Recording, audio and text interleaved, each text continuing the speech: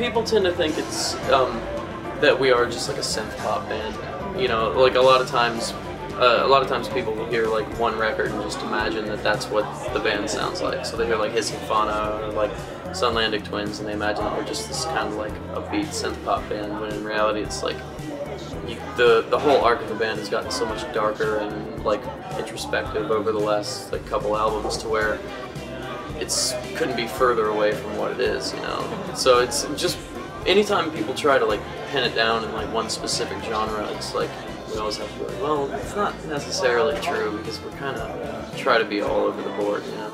Just choose your own adventure, really. Just pick one and go for it. If you don't like it, there's probably one that you will. All the recording's done by Kevin, so it's like he has a studio that he built next to his house, so he goes in there for months at a time and just hammers away, comes out with a full record. It's kind of amazing. I mean, really, he's so prolific. So we'll get off a tour, and then 3 weeks later we'll have, you know, almost a completed record, just almost ready to go. So for me, it's just, you know, it's more of the anticipation of just seeing what he comes up with.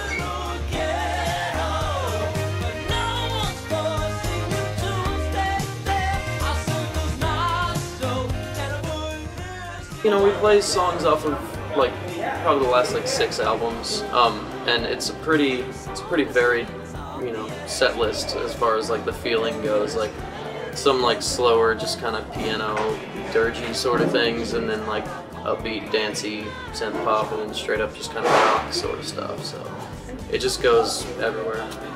The first show I ever played of Montreal was to 10,000 people at Pitchfork Festival. But it's funny, you get used to it pretty quickly. You wind up, like, you know, 1,000 people or 2,000 people winds up feeling the same as 50 people or 10 people, because it's like you're putting on the same show every time, hopefully, you know. It's funny, like, how much the song dictates like how you're feeling on stage. You know, if it's an upbeat, crazy song, like, you can't really help it. Like I can't, you know, just kind of have to jump around, go crazy, do whatever. I personally like small venues. I like the intimacy of being near the crowd. And when we're in like larger venues, there's such a disconnect because there's so much room between you and the crowd that it's hard to kind of feed off of them, for them to feed off of you. And those wind up being the more, like, not tedious, but just you have to put so much more into it just to get the same amount out. Because like in a venue like this, like Slim's, where it's like very intimate and just everybody's right on top of you, it's so much more fun.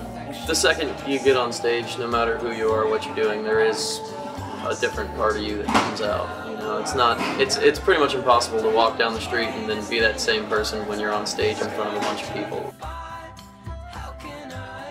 90s, 80s R&B stuff, you know, like Levert and Cameo, which I guess can go way back, but that stuff is the best for me. It just always puts me in a good mood, and I'm always down to listen to it. I take a lot out of like Elvis Costello and especially like older stadium rock and stuff like that, like Journey and Foreigner.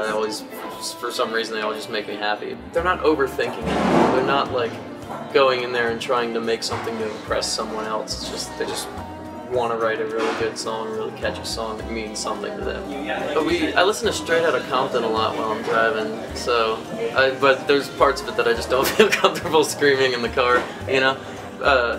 My friend Davey and I have another band that we go on tour all the time, and we try to, every time we get to a city, we're like, oh, let's listen to this. So yeah, we roll into Compton. It's like Straight Outta Compton.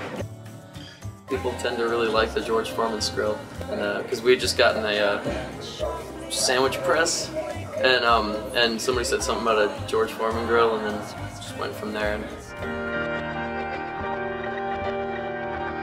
Something's terrorized my psyche to get